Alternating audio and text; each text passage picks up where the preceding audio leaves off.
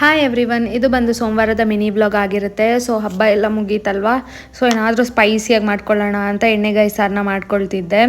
And ಇದಕ್ಕೆ ಒಂದು 4-5 spoon ಎಣ್ಣೆನ ತೊಗೊಂಡು ಅದಕ್ಕೆಲ್ಲ ಥರದ್ದು ಪಲಾವ್ ಸಾಮಗ್ರಿಗಳು ಬರುತ್ತಲ್ವ, ಚಕ್ಕೆ, ಲವಂಗ, ಪಲಾವ್ ಎಲೆ ಆ್ಯಂಡ್ ಸ್ವಲ್ಪ ಜೀರಿಗೆನ ಸೇರಿಸ್ಕೊಂಡು ಚೆನ್ನಾಗಿ ಎಣ್ಣೆಯಲ್ಲಿ ಫ್ರೈ ಮಾಡ್ಕೊಬೇಕು. ಅದಾದಮೇಲೆ ದಪ್ಪಗೆ ಹಚ್ಕೊಂಡಿರೋ ಈರುಳ್ಳಿ, ಟೊಮೆಟೊ ಮತ್ತು ಕೊತ್ತಂಬರಿ ಸೊಪ್ಪನ್ನ ಹಾಕ್ಕೊಂಡು ಚೆನ್ನಾಗಿ ಎಣ್ಣೆಯಲ್ಲಿ ಹುರ್ಕೋಬೇಕಾಗುತ್ತೆ. ಸೊ ಅದಾದಮೇಲೆ ಒಂದು 2 ಸ್ಪೂನ್ಸ್ ಕಡಲೆ ಬೀಜ ಮತ್ತು 1 ಕಪ್ ಕೊಬ್ಬರಿನ ಸೇರಿಸ್ಕೊಂಡು ಚೆನ್ನಾಗಿ ಫ್ರೈ ಮಾಡಿ ಆದಮೇಲೆ ಒಂದು 4 ಬ್ಯಾಡಗೆ ಮೆಣಸಿನ್ಕಾಯಿ ಮತ್ತು 1 ಸ್ಪೂನ್ ಶುಂಠಿ ಬೆಳ್ಳುಳ್ಳಿ ಪೇಸ್ಟು ಮತ್ತು ಉಪ್ಪನ್ನ ಸೇರಿಸ್ಕೊಂಡು ಆ್ಯಂಡ್ 2 ಸ್ಪೂನ್ ಧನಿಯಾ ಪೌಡರ್, ಅರಿಶಿಣ ಮತ್ತು 1 ಸ್ಪೂನ್ ಚಿಕನ್ ಮಸಾಲ ಪೌಡರ್ನ ಸೇರಿಸ್ಕೊಂಡು ಮೀಡಿಯಮ್ ಫ್ಲೇಮಲ್ಲಿ ಚೆನ್ನಾಗಿ ಫ್ರೈ ಮಾಡ್ಕೊಬೇಕಾಗುತ್ತೆ. ಅದಾದಮೇಲೆ ಅದನ್ನು ಆರಿಸಿ ಈ ಥರ ಗಟ್ಟಿಯಾಗಿ ಪೇಸ್ಟ್ ಮಾಡಿ ಇಟ್ಕೊಳ್ಬೇಕು ಸ್ಟಫಿಂಗೋಸ್ಕರ.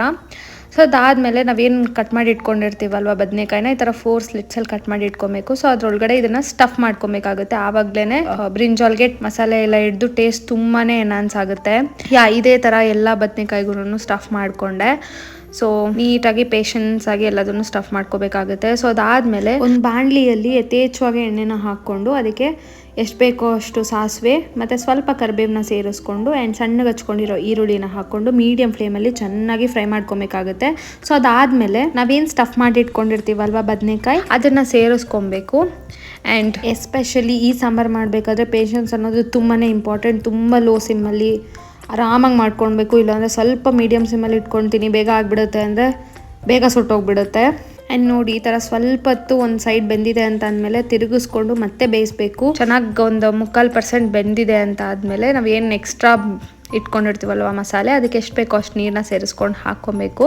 ಅದಾದಮೇಲೆ ಕೊತ್ತಂಬರಿ ಸೊಪ್ಪಿಂದ ಸ್ವಲ್ಪ ಗಾರ್ನಿಷ್ ಮಾಡಿ ಇನ್ನೊಂದು 10 ಮಿನಿಟ್ಸ್ ಸಿಮ್ಮರಲ್ಲಿ ಬೇಯಕ್ಕೆ ಬಿಡ್ತಿದ್ದೀನಿ. ಆ್ಯಂಡ್ ಅಷ್ಟರಲ್ಲಿ ಮುದ್ದೆನೂ ಸಹ ಮಾಡ್ಕೊಂಬಿಡೋಣ ಅಂತ ಅದನ್ನು ರೆಡಿ ಮಾಡ್ಕೊಳ್ತಿದ್ದೆ. ಎಣ್ಣೆಗಾಯಿಗೆ ಮುದ್ದೆ ಸೂಪರ್ ಕಾಂಬಿನೇಷನ್ ಅಲ್ವಾ. ಸೊ ಅಷ್ಟೊತ್ತಿಗೆ ಎಣ್ಣೆಗಾಯಿ ಸಾರು ಮುಗೀತು. ನೋಡಿ ಎಷ್ಟು ನೀಟಾಗಿ ಸಾಫ್ಟಾಗಿ ಬಂದಿದೆ ಎಲ್ಲದೂ. ಸೊ ಇದಾಗಿತ್ತು ನಮ್ಮ ಸೋಮವಾರದ dinner. Thank you so much for watching.